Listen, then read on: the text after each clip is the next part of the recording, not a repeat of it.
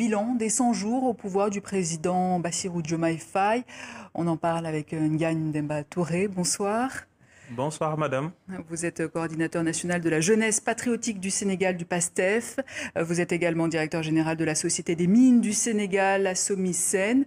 Si vous deviez dresser un bilan des 100 jours du président Diomaye Faye, quel serait-il? Tout d'abord, je tiens à dire que l'heure n'est pas au bilan. Mais il faut savoir un bilan d'étape, oui, peut-être. Mais l'heure n'est pas au bilan, puisque le mandat qui a été confié au président de la République, son Excellence M. Bassirou Diomaye Diakhar Faye, par le peuple sénégalais est un mandat de 5 ans. Mais les premiers actes qui ont été posés depuis sa prestation de serment en tant que président de la République le 2 avril dernier sont des actes rassurants, notamment en matière de gouvernance. Aujourd'hui, la gouvernance du président de la République a été placée sous le sceau de l'inclusivité. Les assises de la justice ont été tenues avec l'implication de l'ensemble des forces vives de la nation. Toujours dans le domaine de la gouvernance, la transparence et la reddition des comptes ont été mises au cœur des politiques publiques. Tous les rapports des corps de contrôle sont publiés.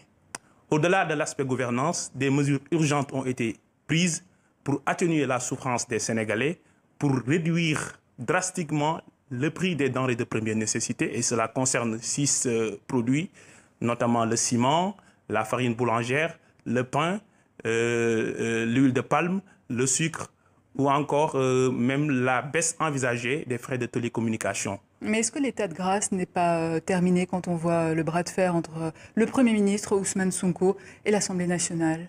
Vous savez, il y a un côté institutionnel entre le pouvoir exécutif et le pouvoir législatif.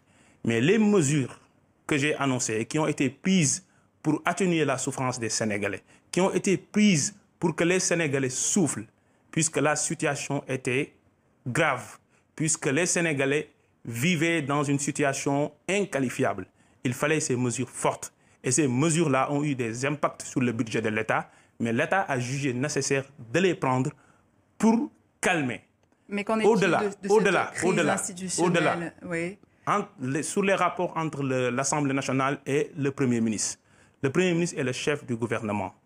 Le Premier ministre, il représente le gouvernement devant l'Assemblée nationale. Vous savez, le Sénégal est un État de droit.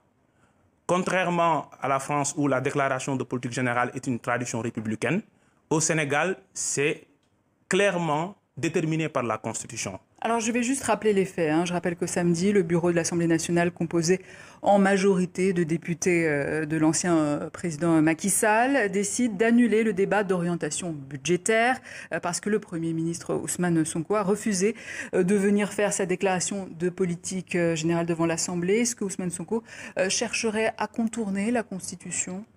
Il n'y a pas de contournement. Je l'ai dit. L'article 55 de la Constitution dispose que le Premier ministre, une fois nommé, fait sa déclaration de politique générale. Mais il faut savoir que dans le cadre de la hiérarchie des normes, c'est le règlement intérieur de l'Assemblée nationale qui est une loi organique qui détermine la procédure, les modalités ainsi que les délais de cette déclaration de politique générale. Il se trouve aujourd'hui que ce règlement intérieur n'a pas été mis à jour à la suite de la suppression du poste de Premier ministre en 2019 par le régime du président Macky Sall, par la coalition Benno Bokk Yakaar. En cas de blocage, que va-t-il se passer? Donc, il n'y a pas de délai. Deuxièmement, nous en revenons aux faits. En 2012, le Premier ministre Abdoul Mbaye n'avait fait sa déclaration de politique générale qu'au mois de septembre.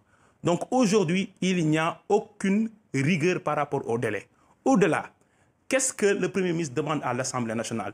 Se réunir, modifier les dispositions du règlement intérieur, les réactualiser pour que lui, le Premier ministre, conformément à la Constitution, fasse sa déclaration de politique générale. Donc si jamais il y a blocage, est-ce qu'il y aura dissolution de l'Assemblée nationale? Non, il n'y a pas de blocage d'abord. Il n'y a pas de blocage. Si jamais? Non, je vous dis pourquoi il n'y a pas de blocage. Ce que nous déplorons, c'est que la majorité, qui est d'ailleurs relative, de la coalition Benno Bokk Yakaar, s'auto-exclut du débat public.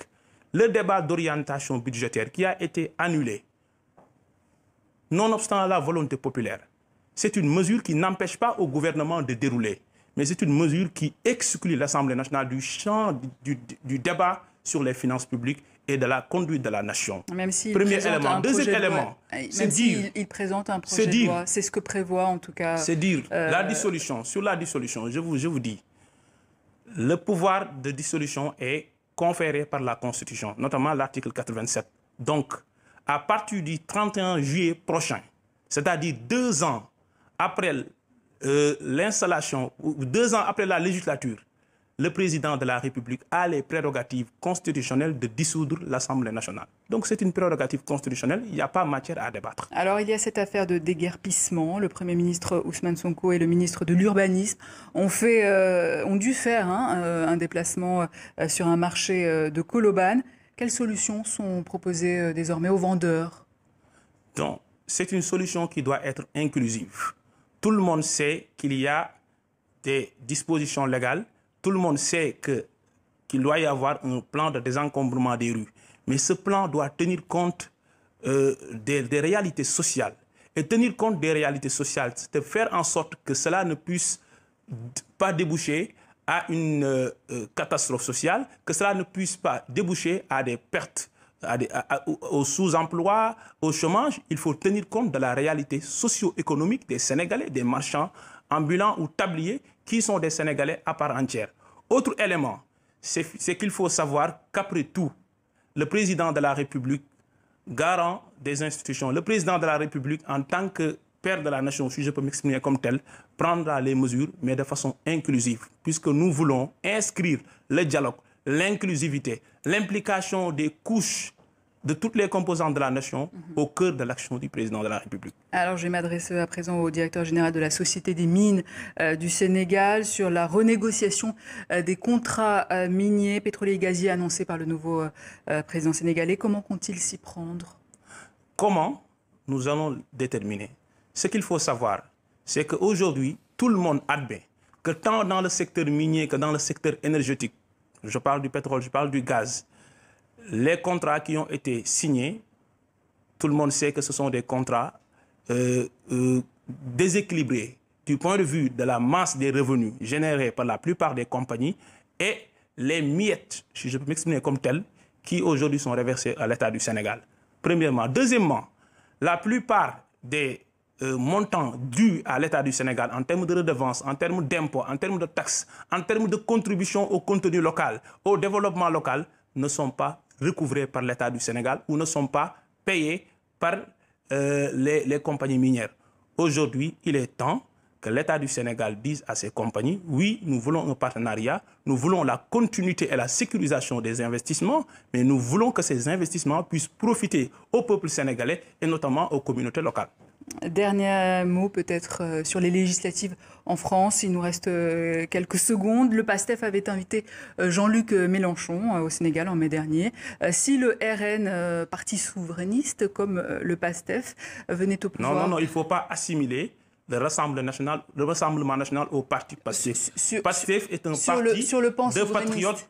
PASTEF n'a rien à voir avec le Rassemblement national. Ça, par contre, nous ne pouvons pas l'admettre. Souverainiste, ça veut dire quoi? Ça veut dire qu'il est souverain, tout simplement. Non, c'est un parti qui fait appel au patriotisme, au fait que nous voulons bâtir une économie endogène, ou une économie où la transformation structurelle de l'économie se fera par les Sénégalais, pour les Sénégalais, tout le temps tenant compte de l'ouverture qu'il faut faire. Vous voulez dire ça n'a rien à voir avec ce qui se passe ailleurs. Non, il n'y a pas. Il ne faut pas assimiler le parti PASTEF, qui est un parti qui est propre, un parti souverain.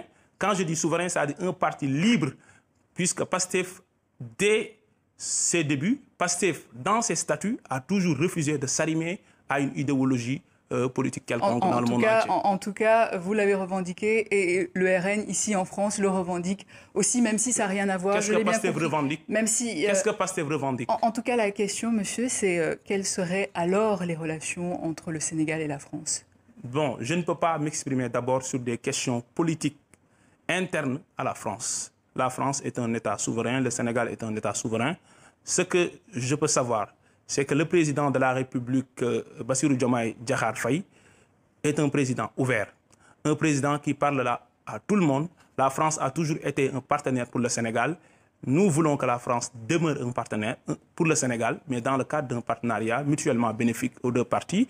Et ce que nous disons, gagnant-gagnant. Et je répète bien, gagnant-gagnant. C'est entendu, c'est noté. Gagne Demba Touré. Merci. Je rappelle que vous êtes coordinateur national de la jeunesse patriotique du Sénégal du PASTEF et directeur général de la Société des mines du Sénégal. Merci.